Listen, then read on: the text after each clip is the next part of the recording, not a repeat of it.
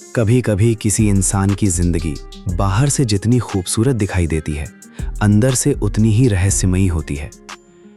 तालियों की आवाज के पीछे छिपा सन्नाटा, शोहरत के पीछे छिपा अकेलापन और मुस्कुराते चेहरे के पीछे छिपी एक ऐसी कहानी जिसके बारे में शायद दुनिया बहुत कम जानती है। एक वक्त था जब लाखों निगाहें सिर्फ एक चेहरे को तलाशती थीं। लोग उसकी एक झलक पाने के लिए बेताब रहते थे। उसका नाम सुनते ही चर्चाएं शुरू हो जाती थीं और उसकी मौजूदगी किसी भी जगह को खास बना देती थी। लेकिन वक्त हमेशा एक जैसा नहीं रहता। कभी किस्मत किसी अनजान इंसान को अचानक वहां पहुंचा देती है जहां पहुंचने का उसने सपना तक नहीं देखा होता, और फिर वही किस्मत उसे ऐसे मोड़ पर लाकर खड़ा कर देती है जहां आगे का रास्ता दिखाई देना बंद हो जाता है। आखिर ऐसा क्या हुआ था? कौन सी घटनाओं ने उसकी जिंदगी की दिशा बदल दी? और सबसे बड़ा सवाल, जिस इंसान के पास कभी नाम, पैसा और पहचान सब कुछ था, उसकी जिंदगी आखिर ऐसे मोड़ पर कैसे पहुंची जहां उसे अपने ही अतीत से एक नई जंग लड़नी पड़ी? इस कहानी में कामयाबी है, मोहब्बत है, दर्द है, टूटना है और फिर खुद को दोबारा खड़ा करने की एक ऐसी कोशिश है जो शायद आपको अंत तक सोचने पर मजबूर कर देगी। तो चलिए अब कहानी शुरू करते हैं उस दौर से जब इस चेहरे को दुनिया अभी पहचानती भी नहीं थी। एक ऐसी ही दास्तान है हिंदी सिनेमा की उस अदाकारा की जिसे अगर बदकिस्मत कहा जाए तो शायद गलत ना होगा। साधारण से नैनक्स, सांवरा रंग, लेकिन अदाओं में ऐसी कशिश कि उस दौर के लाखों दिल बेखुदी में उसके दीवाने हो गए। कितना जाने जाना, पर हैरानी की बात तो यह है कि वो लड़की कभी फिल्मों में आना ही नहीं चाहती थी।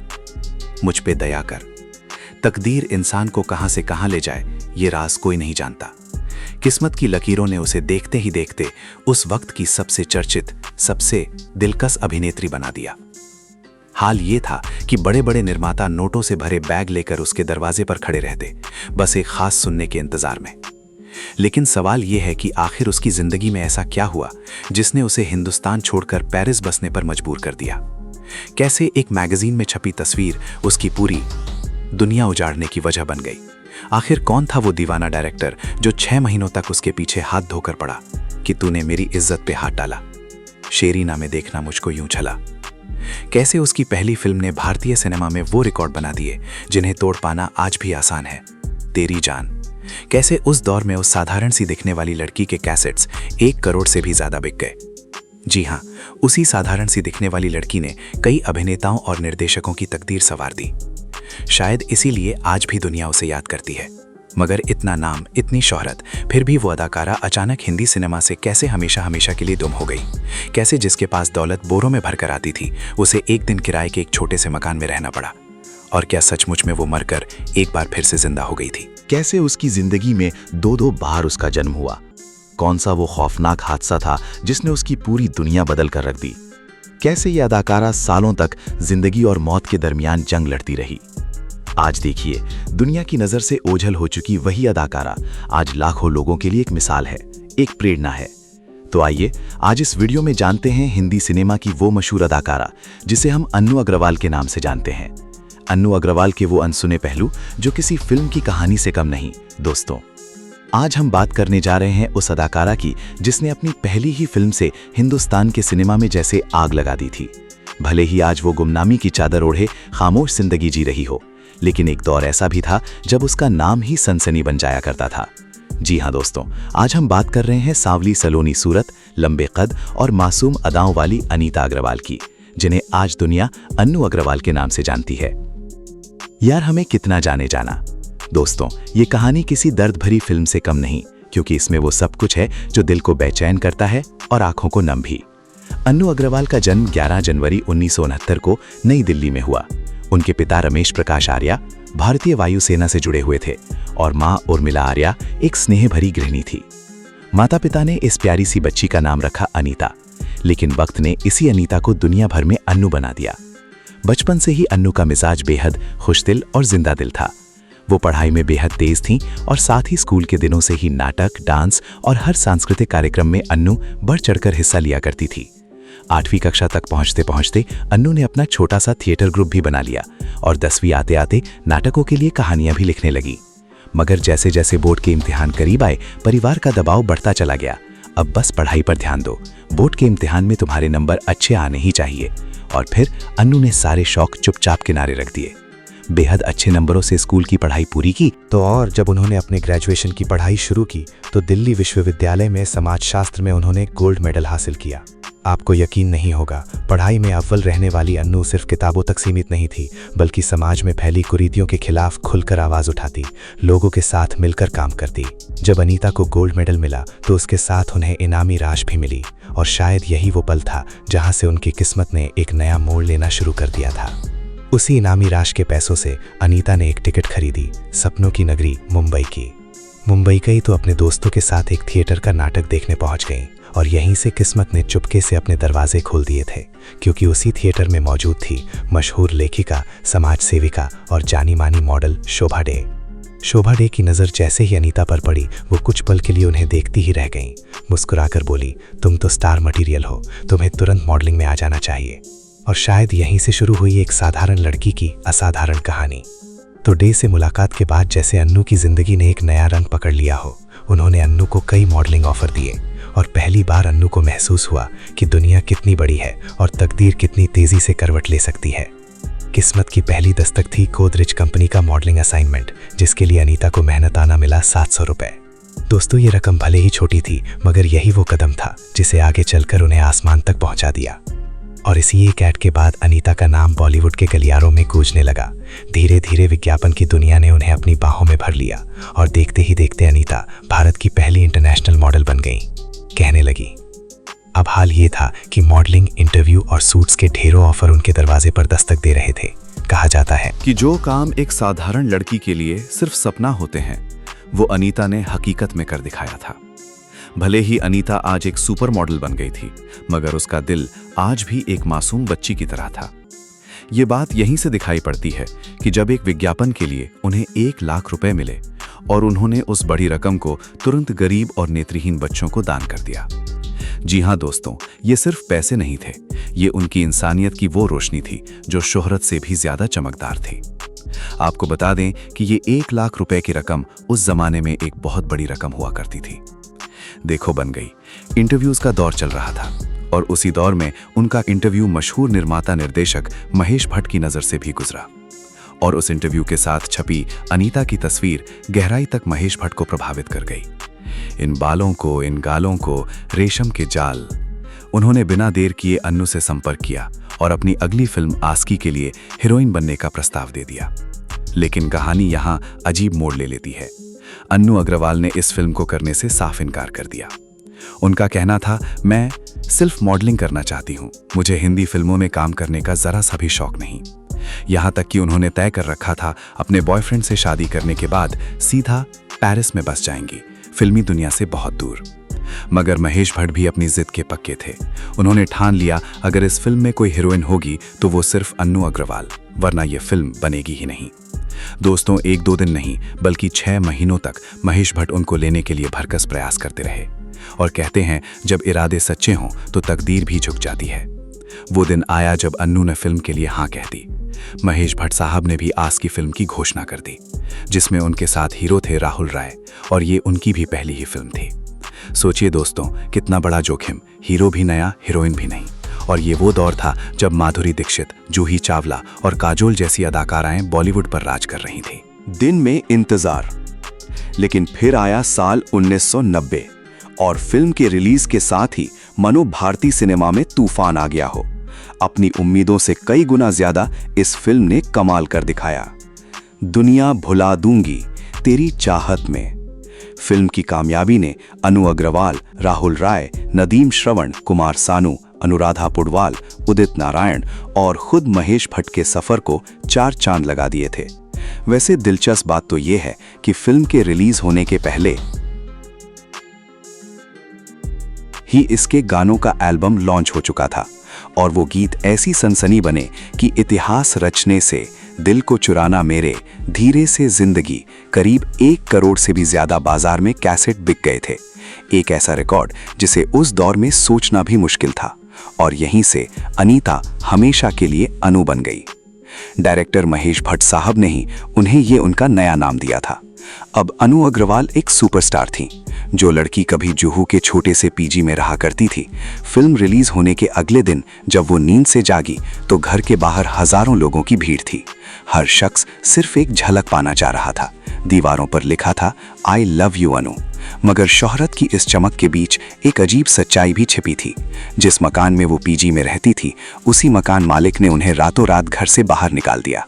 सोचो, लाखों दिलों की धड़कन बनी लड़की कामयाबी के अगले पल ही बेघर खड़ी थी। हालांकि जैसे तैसे रहने का इंतजाम हो गया। अब उनके दरवाजे पर फिल्म निर्माताओं की लंबी कतार थी। अब नाम था, दौलत थी और दीवानों की दुनिया थी। मुझको है तेरी कसम। इसी दौरान अनु ने एक बार फिर राहुल राय के साथ फिल्म गजब तमाशा में काम किया, मगर शायद किस्मत को कुछ और मंजूर था। अब कमजोर प्रमोशन कहें या शायद जल्दबाजी,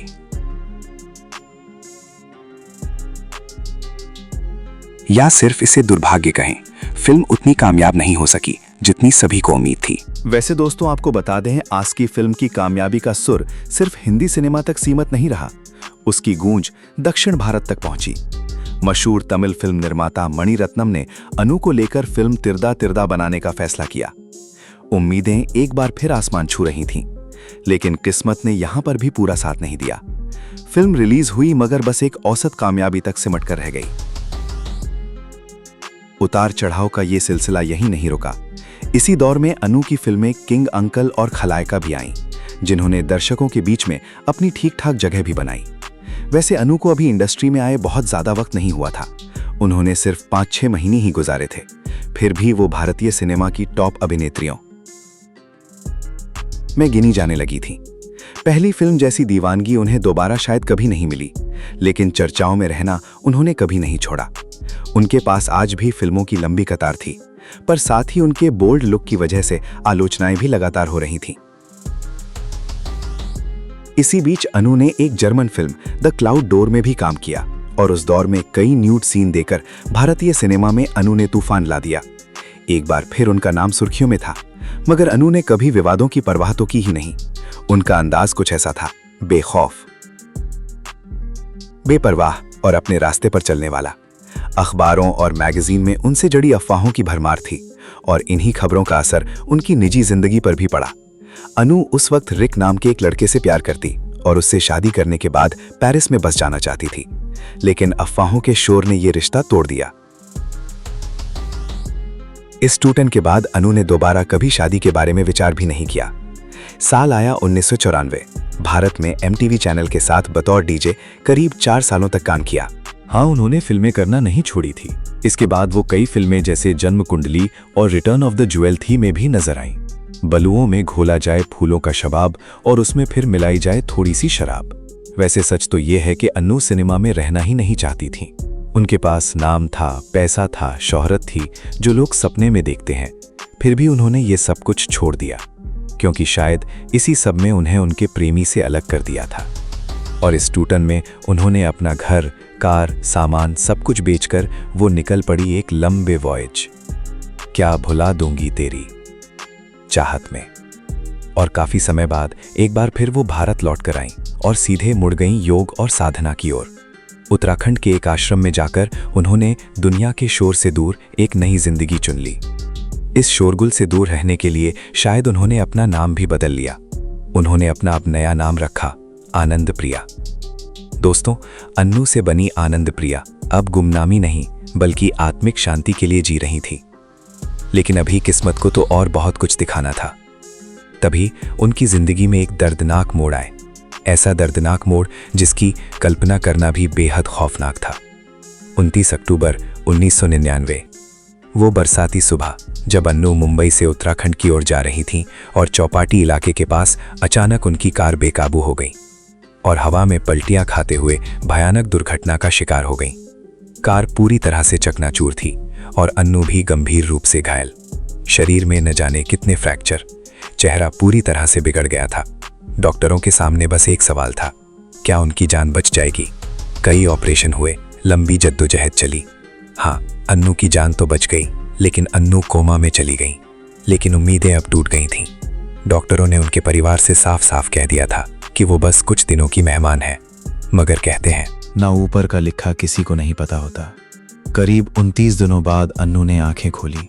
ये खुशी की बात तो थी, मगर ऐसी नहीं कि अन्नू अब बच गई है, क्योंकि उनकी याददाश्त जा चुकी थी। वो सब कुछ भूल चुकी थी। अन्नू का पूरा चेहरा बदल चुका।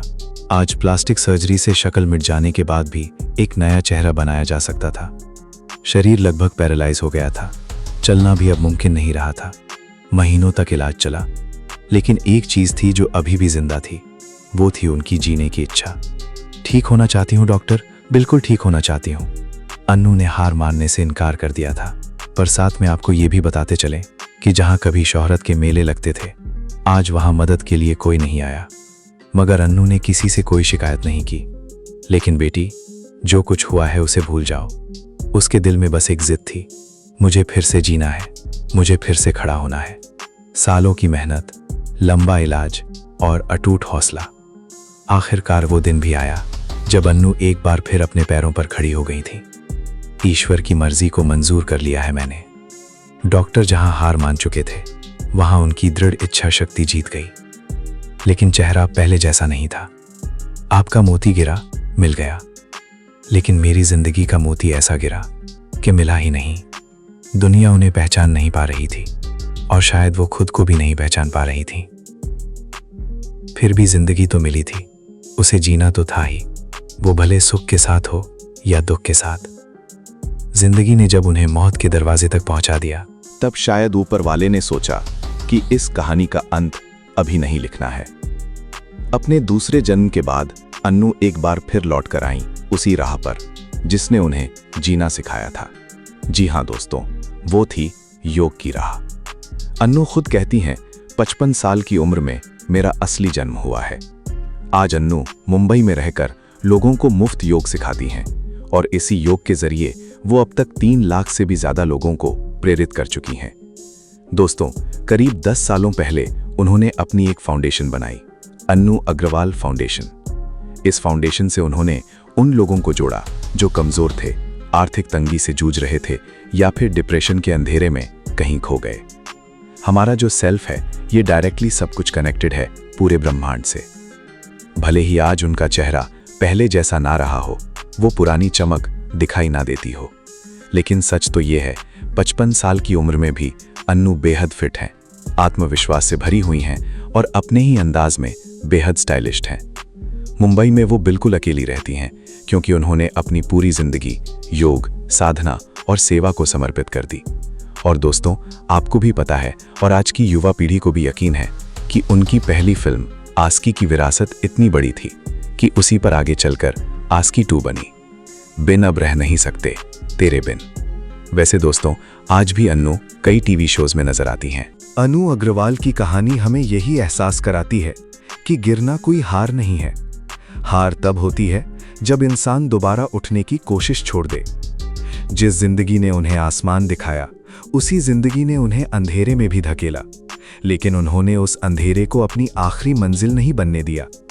उन्होंने फिर से चलना सीखा, फिर से खुद को समझा और शायद सबसे बड़ी बात, उन्होंने जिंदगी को उसके हर रूप में स्वीकार करना सीख लिया। आज उनकी कहानी सिर्फ बॉलीवुड की पुरानी याद नहीं है, ये उन लोगों के लिए उम्मीद है जो किसी मुश्किल दौर में खुद को खत्म समझ बैठते हैं।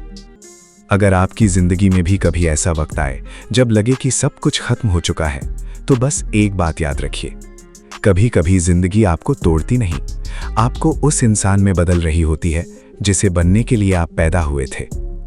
अगर आपको ये कहानी सच में कुछ महसूस करवा पाई हो, तो वीडियो को लाइक करें, शेयर करें और चैनल को सब्सक्राइब करना ना भूलें, क्योंकि शायद अगली कहानी किसी और सितारे की हो, लेकिन उसकी तरह आपके जीवन का सबसे खूबसूरत अध्याय भी अभी बाकी हो सकता है।